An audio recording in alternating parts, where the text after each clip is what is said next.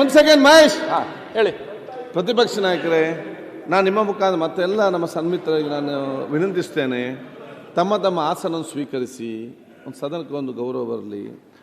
ನಮ್ಮ ಏನು ತಮ್ಮ ಬೇಡಿಕೆ ಇತ್ತು, ಮಾನ್ಯ ಮಂತ್ರಿಗಳೇ ಬಂದು ಉತ್ತರ ಕೊಡಬೇಕು ಅಥವಾ ಕ್ವಶನ್ ಉತ್ತರ ತಗೊಂಡು ಅದಕ್ಕೆ ಅವರು ಬಂದಿದ್ದಾರೆ. ಬಂದ ನಂತರ ತಮ್ಮ ತಮ್ಮ ಆಸನ ತಾವು ಸ್ವೀಕರಿಸಬೇಕು, ಅವರ ಉತ್ತರ ಬರಲಿ. ಅದಕ್ಕಾಗಿ ನಾನು ಇದನ್ನೊಂದು ಸ್ವಪ್ರತಿಷ್ಠೆಯಾಗಿ ಈಗೋ ಆಗಿ ಅದರಿಂದ ಬೇಡ, ಸಕಾರಾತ್ಮಕ ಚರ್ಚೆ ಆಗಿಕೊಂಡು ಉತ್ತಮ ಸಂದೇಶ ಸರ ಕೊಡುವಂಥ ಕೆಲಸ ತಾವು ಇವತ್ತು ಮಾಡುವ ಅಂತ ನಾನು ಮತ್ತೊಮ್ಮೆ ನಾನು ವಿನಂತಿಸುತ್ತೇನೆ. ಮಾನ್ಯ ಅಧ್ಯಕ್ಷರೇ ದಯವಿಟ್ಟು ನೀವು ಮಾತಾಡಬೇಡಿ. ಒಂದ್ ಸೆಕೆಂಡ್ ಅಧ್ಯಕ್ಷರೇ, ಆಯ್ತಪ್ಪ. ಮಾನ್ಯ ಅಧ್ಯಕ್ಷರೇ, ಒಂದ್ ಸೆಕೆಂಡ್. ಅಲ್ಲ ನಿಲ್ಲಿ, ಇದೊಂದು ಮುಗಿಲಿ. ಮಹೇಶ್ ವೆಯ್ಟ್, ಒಂದು ನಿಮಿಷ ಮಹೇಶ್, ಒಂದು ನಿಮಿಷ ಮಹೇಶ್, ಮಹೇಶ್ ಒಂದ್ ಸೆಕೆಂಡ್. ನಾವೇ ಹೇಳುವಂಥದ್ದು let the house come to in order.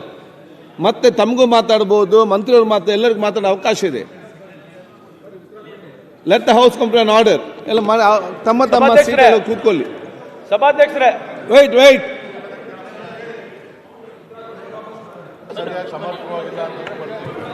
ಆಯ್ತಾ?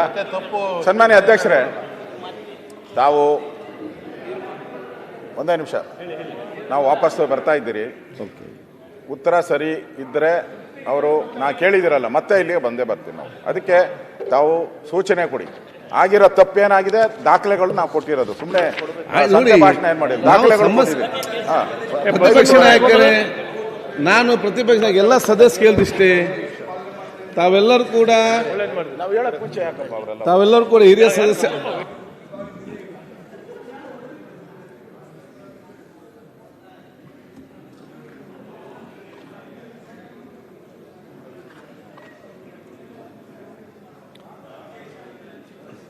ಅಲ್ಲಿ ಕೂತ್ಕೊಳ್ಳಿ. ಷಡಕ್ಷ ಯಾರದು?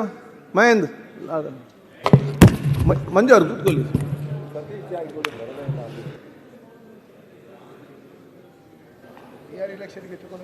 ಈಗ ತಾವೆಲ್ಲ ಇದೆ ಸದಸ್ಯರಿದ್ದೀರಿ, ಒಂದು ಸನ್ನಿವೇಶ ಸಮಸ್ಯೆ ಬಂದಿದೆ, ಒಂದು ಇದನ್ನು ತಾವೆಲ್ಲ ಅನುಭವಿಸ್ತಿದ್ದೀರಿ. ಹೇಗೆ ಸಮಸ್ಯೆಯನ್ನು ಬಗೆಹರಿಸಬೇಕಂದ್ರೆ ನಿಮಗೆಲ್ಲ ಕೂಡ ಭಾಳ ಚೆನ್ನಾಗಿ ಗೊತ್ತಿದೆ. ನಾನು ಹೇಳಿದಿಷ್ಟೇ, ಒಂದು ವಿಚಾರ ಬಂದಾಗ ಇದನ್ನು ಉತ್ತಮ ರೀತಿಯಿಂದ ಬಗೆಹರಿಸಿಕೊಂಡು ಮುಂದೆ ಹೋಗಲಿಕ್ಕೆ ನಮ್ಮೆಲ್ಲ ಸಹಕಾರ ಆಗಬೇಕು. ನಾವು ಸಮಸ್ಯೆಯನ್ನು ಬಗೆಹರಿಸುವಾಗ ಆಗಬೇಕು ಹೊರತು ಈ ಸಮಸ್ಯೆಯನ್ನು ಹುಡುಕಿಕೊಂಡು ಸಮಸ್ಯೆ ಸೃಷ್ಟಿಸುವಂತಾಗೋದು ಬೇಡ. So I am telling you should be part of the solution, not part of the problem. ನೋಡಿ, you are asking a right question to wrong persons. ಓತಲ್ಲ, ಈ ಸಮಸ್ಯೆ ಬಂದಿದೆ ಅಂತ ಗೊತ್ತಾದ ತಕ್ಷಣ 3 ದಿವಸ ಇದಕ್ಕೆ ಅವಕಾಶ ಬೇಕಾಗಿರ್ಲಿಲ್ಲ. ಮಾರನೇ ಬಂದು ಏನು ಸ್ಪಷ್ಟೀಕರಣ ಕೊಟ್ಟು ತಪ್ಪಾಗಿದ್ರೆ ಕ್ಷಮ ಪಡ ಕೇಳಿದ್ರೆ ಅದನ್ನ ಹೇಳ್ತಾರಲ್ಲ. ನೀವು ನಿಮ್ಮ ಕ್ವಶನ್, ನಿಮ್ಮ ಆದೇಶ ರೈಟ್ ಪರ್ಸನ್ ಕೇಳಿ, ರಾಂಗ್ ಪರ್ಸನ್ಸ್ ರೈಟ್. ನಾವು ಸಮಸ್ಯೆ ಬಂದಿರೋದು ಯಾರಿಂದ? ನಮ್ಮಿಂದ ಬಂತ. ಅದನ್ನ ಹೇಳಿದೆ, ಸಮಸ್ಯೆ ನಮ್ಮಿಂದ ಬರಲಿಲ್ಲ, ಸಮಸ್ಯೆ ಬಂದಿರೋದು ಮಂತ್ರಿಗಳಿಂದ, ಜೀವನದ ಸಮಸ್ಯೆ ನಮ್ಮಿಂದ ಬಂದಿಲ್ಲ. ನೋಡಿ, ಯಾರು ಕೊಡಕ್ಕೆ ಸಾಧ್ಯ ಇಲ್ಲ. ತಾವು ಅಧಿವೇಶನದಲ್ಲಿ ಬಹಳಷ್ಟು ಬಾರಿ ಶಾಸಕರಾಗಿದ್ದೀರ. ಯಾರು ಇಷ್ಟು 3 ದಿನ ಅವಕಾಶ, ನಾನು ಇಷ್ಟು ಅವ್ರು ಯಾರೋ ಹೇಳ್ತಾ ಇದ್ರು ಮೊನ್ನೆ, ಡಿ ಕೆ ಶಿವಕುಮಾರ್ ಅವರು. ಅಲ್ಲ, ಒಂದೇ ನಿಮಿಷ. ಅಲ್ಲ, ಪ್ರೋಗ್ರಾಮ್ ಸೋಮವಾರ ಈಗ ನಿನ್ನೆ ನೀವು ಅದ್ ಲೆಕ್ಕ ಇಲ್ಲ. ಹಂಗಾರೆ ದಿನ ಅವಕಾಶ ಇಲ್ಲ, ಅವಕಾಶ ಇಲ್ಲ. Priyank, we are not defending. 3 ದಿನ ಆಯ್ತು, 4 ದಿನ ನಾವು ಕೇಳ್ತಾ ಇರುವುದು ತಪ್ಪಂತ ನಾವು ಹೇಳ್ತೇವೆ. ಬಟ್ 4 ದಿನ ಆಯ್ತು, 5 ದಿನ ಆಯ್ತು. ಅಲ್ಲ, in the available first opportunity suo motu statement ಮಾಡ್ಬೋದಾಯ್ತು. ಆಯ್ತು, ಈಗ ಬಂದಿದ್ದಾರೆ ಮಂತ್ರಿ, ಬಂದಿದ್ದಾರೆ, ಉತ್ತರ ಕೊಡ್ತಾರೆ. ಮಂತ್ರಿ ಅವರೇ. ಸನ್ಮಾನ್ಯ ಅಧ್ಯಕ್ಷರೇ, ಮೊನ್ನೆ ಶಾಸಕರಾದಂಥ ಮಹೇಶ್ ತೆಂಗಿನಕಾಯಿ ಅವರು ಗೃಹಲಕ್ಷ್ಮಿಯ ವಿಚಾರವಾಗಿ ಒಂದು ಪ್ರಶ್ನೆಯನ್ನು ಕೇಳಿದ್ರು. ನಾನು ಮೊನ್ನೆ ಕೂಡ ಸದನಕ್ಕೆ ಹೇಳಿದ್ದೇನೆ, ಇವತ್ತು ಕೂಡ ಅದನ್ನೇ ಹೇಳಲಿಕ್ಕೆ ಬಯಸ್ತೇನೆ. ಈ ಗೃಹಲಕ್ಷ್ಮಿ ಯೋಜನೆ ಕರ್ನಾಟಕ ರಾಜ್ಯದ 1,26,00,000 ಕುಟುಂಬದ ಯಜಮಾನಿಯರಿಗೆ ಪ್ರತಿ ತಿಂಗಳು 2,000 ರೂಪಾಯಿ DBT ಮುಖಾಂತರ, ನಾನು ಒತ್ತಿ ಹೇಳಲಿಕ್ಕೆ ಬಯಸ್ತೇನೆ, DBT ಮುಖಾಂತರ ಯಾವುದೇ ಮಧ್ಯವರ್ತಿಗಳ ಹಾವಳಿ ಇಲ್ಲದೆ ಡೈರೆಕ್ಟ್ ಆಗಿ ಅವರ ಬ್ಯಾಂಕ್ ಅಕೌಂಟ್ಗೆ ಹೋಗುವಂಥ ಒಂದು ಅತ್ಯುನ್ನತ ಒಂದು ಯೋಜನೆ.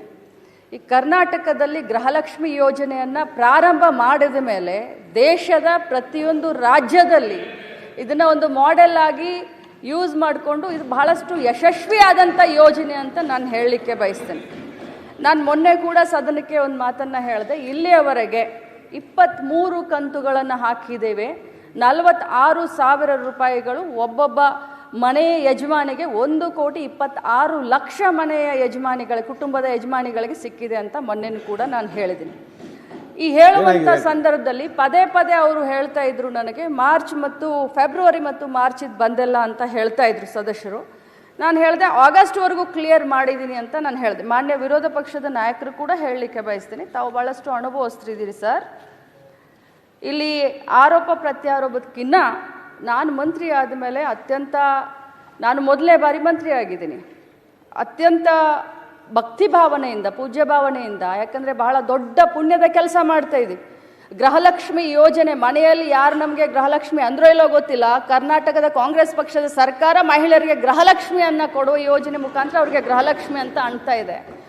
ಅವ್ರಿಗೆ ತಲುಪಿಸುವಂಥ ಕಾರ್ಯವನ್ನು ನಾವು ಮಾಡ್ತಾ ಇದ್ದೀವಿ. ಪದೇ ಫೆಬ್ರವರಿ ಮಾರ್ಚನ್ನು ಕೇಳಿದಾಗ ನನ್ನ ಮಾಹಿತಿ ಪ್ರಕಾರ ಕೊಟ್ಟಿದ್ದೀವಿ ಅನ್ನೋದು ಒಂದಿತ್ತು. ಆದರೆ ಹೋಗಿ ನಾನು ಮತ್ತೆ ವಿಚಾರಣೆ ಮಾಡಿದಾಗ ಫೆಬ್ರವರಿ ಮಾರ್ಚು ಇನ್ನೂ ಹಾಕೆಲ್ಲ ಸ್ವಲ್ಪ ಹೆಚ್ಚು ಕಡಿಮೆ ಆಗಿ ಅನ್ನುವಂಥ ಮಾಹಿತಿ ನನಗೆ ಬಂತು. ಆದರೆ ಇದರ ಅರ್ಥ ಎಲ್ಲರಿಗೂ ಹೇಳಲಿಕ್ಕೆ ಬಯಸ್ತೇನೆ, ಸದನದಲ್ಲಿರುವಂಥ ಎಲ್ಲ ಸನ್ಮಾನ್ಯ ಗೌರವಾನ್ವಿತ ಸದಸ್ಯರಿಗೆ ಹೇಳಲಿಕ್ಕೆ ಬಯಸ್ತೇನೆ, ತಮಗೆಲ್ಲರಿಗೂ ತಪ್ಪು ಮಾಹಿತಿಯನ್ನು ಕೊಡೋದಾಗಲಿ ಅಥವಾ ಸದನನ ಮಿಸ್ಲೀಡ್ ಮಾಡೋದಾಗಲಿ ನನ್ನ ಉದ್ದೇಶವಿಲ್ಲ. ಯಾಕಂತಂದರೆ ಒಬ್ಬ ಜವಾಬ್ದಾರಿಯ ಸ್ಥಾನದಲ್ಲಿ ನಿಂತ್ಕೊಂಡು ಹೇಳಲಿಕ್ಕೆ ಬಯಸ್ತೀನಿ. ನನಗೆಷ್ಟು ಜವಾಬ್ದಾರಿ ಇದೆಯೋ ತಮಗೂ ಅಷ್ಟೇ ಜವಾಬ್ದಾರಿ ಇದೆ.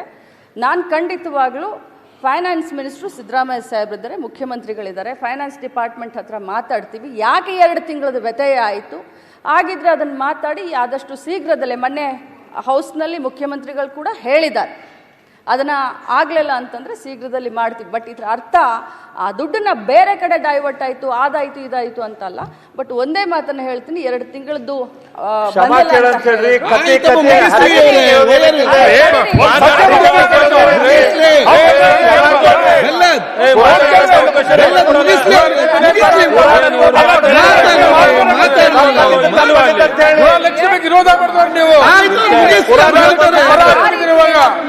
ಅವ್ರು ಹೇಳ್ತಾರಲ್ಲ ಲಾಸ್ಟ್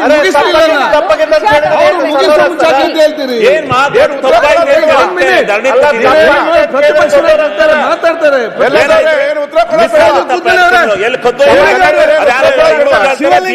ಕೂತ್ಕೊಳ್ಳೆ ಶಿವಲಿಂಗ ಆಯ್ತು, ಅವ್ರು ತಪ್ಪ, ನೀವ್ಯಾಕೆ ತಪ್ಪು ಮಾಡ್ತೀರಿ? ಆಯ್ತು, ಒಮ್ಮೆ ಕೂತ್ಕೊಳ್ಳಿ. ಈಗ ಕೂತ್ಕೊಳ್ಳಿ ಶಿವಲಿಂಗ ಅವ್ರೆ, ಕೂಡ್ರಿ ನೀವು ಜರ. ಆಯ್ತು, ಅವ್ರು ಉತ್ತರ ಕೊಡ್ಲಿಕ್ಕೆ ಕಂಪ್ಲೀಟ್ ಮಾಡ್ಲಿ.